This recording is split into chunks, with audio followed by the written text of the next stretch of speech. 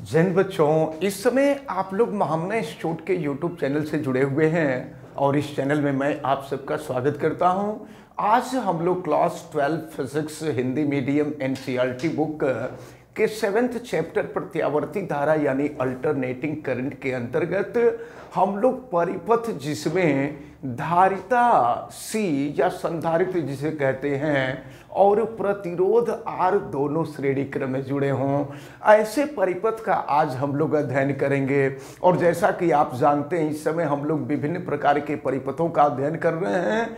तो विभिन्न प्रकार के परिपथों में ये 5वें नंबर का परिपथ है जिसका अध्ययन आज हम लोग करने जा रहे हैं। तो आज हम लोग पढ़ने जा रहे हैं उस परिपथ के बारे में जिसमें धारिता और प्रतिरोध दोनों हों। देखें, इसको शार्ट में हम आरसी सर्किट भी कह दिया करते हैं। आरसी सर्किट का मतलब हुआ वह परिपथ जिसमें प्रतिरोध R का मतलब प्रतिरोध हो गया और C का मतलब कैपेसिटर हो गया, संधारित्र हो गया। तो वह परिपथ जिसमें प्रतिरोध तथा संधारित्र दोनों लगे हों, हम लोग उस परिपथ का अध्ययन करने जा रहे हैं। तो सबसे पहले हमारा काम होगा सर्किट तैयार करना। उस सर्किट में देखिए, जैसा कि आप जानते हैं, ये संधारित्र यानी धारिता का सिंबल है और ये प्रतिरोध है। हम धारिता को रिप्रेजेंट कर सकते हैं C से और प्रतिरोध को R से रिप्रेजेंट करते हैं। और ये जो है आप यहाँ देख रहे हैं, ये प्रत्यावर्ती वोल्टता है। तो प्रत्यावर्ती वोल्टता जो होती है ये आपको मालूम है V is equal to V0 sine omega t होती है। जब वोल्टेज अप्लाई कर देंगे तो वोल्टेज अप्लाई करने से होता यह है कि पूरे सर्किट में वोल्टेज का प्रवाह होने लगता है और उस स्थिति में संधारित्र के सिरों पर जो विभवांतर होता है वह VC होता है और प्रतिरोध के सिरों पर का जो विभवांतर होता है वो VR होता है। और फिर आपको मालूम है कि संधारित्र में फ्लो होने वाला जो करंट होता है वो IC होता है और फिर प्रतिरोध में फ्लो होने वाला जो करंट होता है वो IR होता है। आपको यह मालूम है कि जब परिपथ में केवल शुद्ध प्रतिरोध लगा होता है तो उस स्थिति में विभवांतर और धारा दोनों समान कला में होते हैं। यानी जिस दिशा में विभवांतर होगा उसी दिशा में धारा होगी। और ऐसा तब होता है जब परिपथ में केवल प्रतिरोध लगा होता है। यानी इस स्थिति में IR और VR दोनों एक ही दिशा में होते हैं। लेकिन आपको पता है कि जब परिपथ में धारिता होती है तो हमने आपको बताया था कि जब परिपथ में धारिता होती है तो धारा अग्रगामी होती है। धारा अग्रगामी का मतलब वोल्टेज पश्चगामी होगा।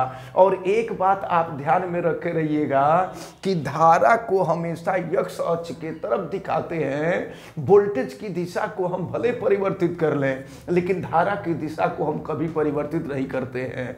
अगर वोल्टेज अग्रगामी होगा तो ऊपर दिखा देंगे, पश्चगामी होगा तो नीचे दिखा देंगे। तो जब परिपथ में धारिता होती है तो धारा यानी IC अग्रगामी होगा VC से। तो धारा परिपथ में चाहे जितने भी उपकरण क्यों न लगे हों, सब में प्रवाहित होने वाली धारा की दिशा एक ही होती है। यानी जिधर के तरफ IR है उधर के तरफ ही IC भी होगा। इस IC को हम चाहें तो हम यहाँ दिखा देते हैं। देखिए, इसी दिशा में IC भी होगा।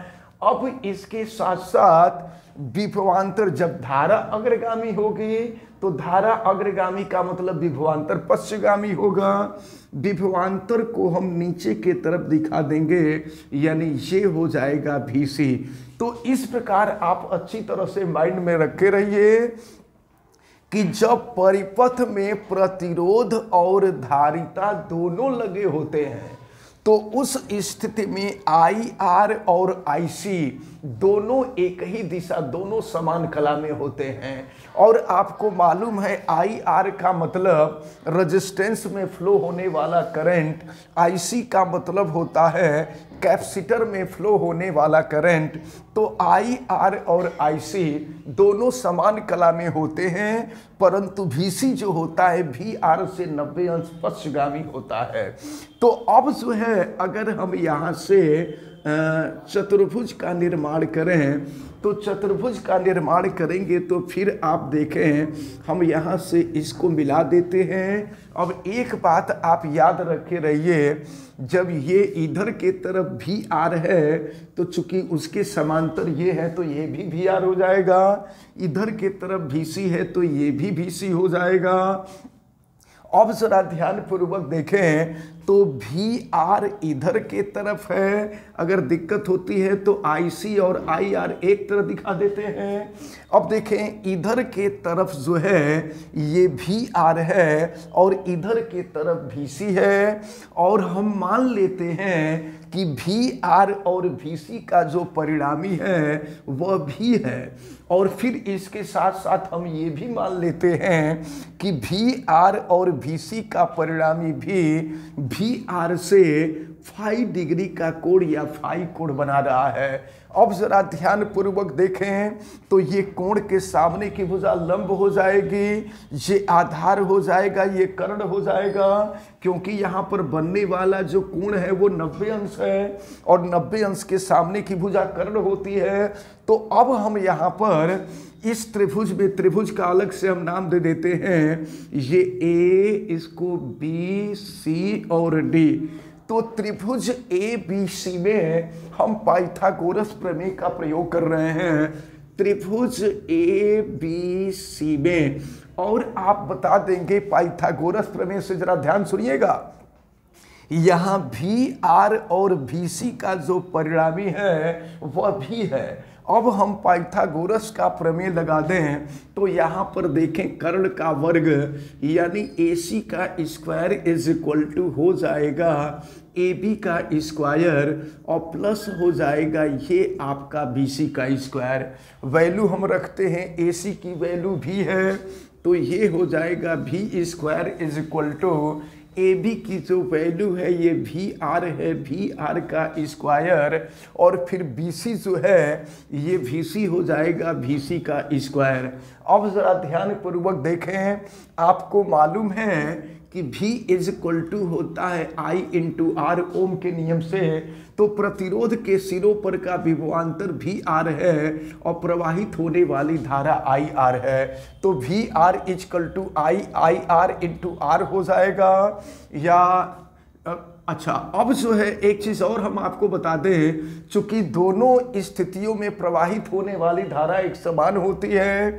अब यहाँ पर अगर हम VC की वैल्यू देखें तो VC इज इक्वल टू होता है IXC। आपको मालूम है कि R जो है प्रतिरोध है, शुद्ध प्रतिरोध है, और XC जो है धारतीय प्रतिघात है। धारतीय प्रतिघात के बारे में पिछले वीडियो में आपको डिटेल में बताया जा चुका है। अब इन दोनों की वैल्यू हम यहाँ रख लेते हैं और रखने के बाद देखते हैं फिर क्या मिलता है। V square is equal to VR की वैल्यू हम रख देते हैं IR, तो ये I स्क्वायर R स्क्वायर, फिर VC की वैल्यू हम रख देते हैं IXC, तो I स्क्वायर और ये हो जाएगा XC स्क्वायर। अब ये V square is equal to यहाँ से I स्क्वायर कॉमन ले लेते हैं तो ये हो जाएगा आपका R स्क्वायर प्लस हो जाएगा XC स्क्वायर। फिर I स्क्वायर को हम लेफ्ट में ला देते हैं, V square upon I square is equal to R square plus हो जाएगा XC का स्क्वायर। अब हम इसको चाहें तो V बाई आई अगर हम एक जगह कर दें तो स्क्वायर बराबर के दूसरे तरफ चला जाएगा। जब स्क्वायर बराबर के दूसरे तरफ जाएगा तो वर्गमूल हो जाएगा R स्क्वायर प्लस हो जाएगा XC का स्क्वायर। अब आपको हमने पिछले वीडियो में बताया था कि जब परिपथ में एक से अधिक उपकरण लगे होते हैं तो परिपथ के संयुक्त प्रतिरोध को हम प्रतिबाधा कहते हैं, और प्रतिबाधा जिसको हम इम्पीडेंस कहा करते थे, प्रतिबाधा को Z से रिप्रेजेंट किया जाता है। तो अब V बाई I के जगह पे हम Z रख देंगे, तो Z इक्वल टू हो जाएगा अंडर रूट R स्क्वायर और प्लस हो जाएगा XC का स्क्वायर। तो इस प्रकार आप याद रखे रहिएगा कि जब परिपथ में प्रतिरोध और धारिता दोनों लगे हों और उस स्थिति में अगर आपको परिपथ की प्रतिबाधा ज्ञात करनी है, इम्पीडेंस ज्ञात करना है, तो उस स्थिति में हम इस फार्मूले का प्रयोग करेंगे, Z equal to under root R square plus XC square. अब देखिए प्रतिबाधा के इसमें एक सूत्र हमने पहले भी बताया था जिसमें प्रतिरोध और प्रेरकत्व दोनों हो, तो ये आप याद रखे रहिएगा, दोनों को प्रतिबाधा कहते हैं। जब परिपथ में प्रतिरोध प्रेरकत्व दोनों होंगे तो उसको भी प्रतिबाधा कहते हैं। जब परिपथ में प्रतिरोध और फिर धारिता होते हैं तो उसको भी प्रतिबाधा कहते हैं। तो अब आप देखेंगे कि क्वेश्चन क्या पूछ रहा है, तो उस हिसाब से आप फार्मूले का यूज करेंगे। तो अब जो है अगर आपको R की वैल्यू मालूम है, परिपथ का प्रतिरोध मालूम है, XC आपको धारतीय प्रतिघात का मान मालूम है, तो रख करके यहाँ हम परिपथ की प्रतिबाधा ज्ञात कर सकते हैं। लेकिन आपको ये भी मालूम है कि XC जो होता है वो 1/ωc होता है। तो XC के जगह पे हम 1/ωc अगर कर लें तो फार्मूला मिल जाएगा Z equal to under root R square और प्लस XC का स्क्वायर कर देंगे तो ये हो जाएगा 1/ω स्क्वायर C स्क्वायर। तो प्रतिबाधा का फार्मूला ये भी है, इसको आप याद रखे रहिएगा। जब आपको प्रतिरोध R का मान मालूम हो और ओमेगा प्रत्यावर्ती धारा या प्रत्यावर्ती वोल्टता का कोणीय वेग है ये आपको मालूम हो और संधारित्र की धारिता C का मान मालूम हो, तो इस फार्मूले का प्रयोग करेंगे। लेकिन आपको ये भी पता है कि ओमेगा इक्वल टू 2πf होता है। तो अगर ये स्थिति हम अप्लाई कर दें तो फिर देखें क्या मिलेगा। Z इक्वल टू यहाँ लिख देते हैं अंडर रूट, ये हो जाएगा R स्क्वायर और प्लस हो जाएगा ओमेगा स्क्वायर C स्क्वायर। तो ओमेगा के जगह पे 2πf कर देंगे तो स्क्वायर कर देंगे तो ये हो जाएगा 4π स्क्वायर F स्क्वायर और ये हो जाएगा C स्क्वायर। तो अब जो है जहाँ जैसे वैल्यू हमको ज्ञात रहेगी उस हिसाब से हम जो है वैल्यू रख करके और परिपथ की प्रतिबाधा हम ज्ञात कर लेंगे। अब एक बात और आपको माइंड किए रहना है कि अगर आपसे पूछा जाए कि VR और VC का परिणामी तो VR और VC का परिणामी भी है, यह VR से कितना कोण बना रहा है। तो अगर यहाँ पर बनने वाला कोण फाई है तो यहाँ से हम tan फाई की वैल्यू निकालेंगे और tan फाई बराबर आपको मालूम है ये लंब है, ये आधार है, ये कर्ण है। तो tan थीटा बराबर होता है लंब बटा आधार, यानी ये हो जाएगा आपका VC बटा में हो जाएगा VR। अब हम चाहें तो इसकी वैल्यू यहाँ रख सकते हैं, तो वैल्यू रख देंगे तो ये हो जाएगा tan phi equal to VC की वैल्यू आपको मालूम है IXC और अपान हो जाएगा IR, I से I कैंसिल हुआ। तो इस प्रकार यहाँ से tan फाई की वैल्यू XC अपान R रख लेंगे। तो इसको भी आप याद रखे रहिएगा, XC और R की वैल्यू मालूम हो और अगर आपको कोण ज्ञात करना हो तो आप यहाँ से ज्ञात कर लेंगे। आप XC की वैल्यू भी यहाँ रख सकते हैं। तो इस प्रकार ये फार्मूला आपको यहाँ मिल जाएगा। tan phi equal to XC की वैल्यू रख देते हैं 1/ωc, तो ये हो जाएगा 1/ωcR। इस फार्मूले की सहायता से tan फाई की वैल्यू जो है हम ज्ञात कर सकते हैं। तो अब जो है इसको आप अच्छी तरह से याद रख के रहेंगे जहाँ जैसे ज़रूरत पड़ेगी। अच्छा, अगर यहाँ पर ओमेगा की वैल्यू भी हम चाहे तो रख सकते हैं, ओमेगा के जगह पे 2πf हो जाएगा। तो इस प्रकार ये जितने फार्मूले हैं इन फार्मूलों को आप अच्छी तरह से याद रख के रहिएगा। और इस प्रकार ये जो परिपथ आप देख रहे हैं यह परिपथ आपका कंप्लीट होता है जिसमें धारिता और प्रतिरोध दोनों लगे हों। हमें उम्मीद है कि यह सर्किट आपको बहुत अच्छी तरह से समझ में आया होगा।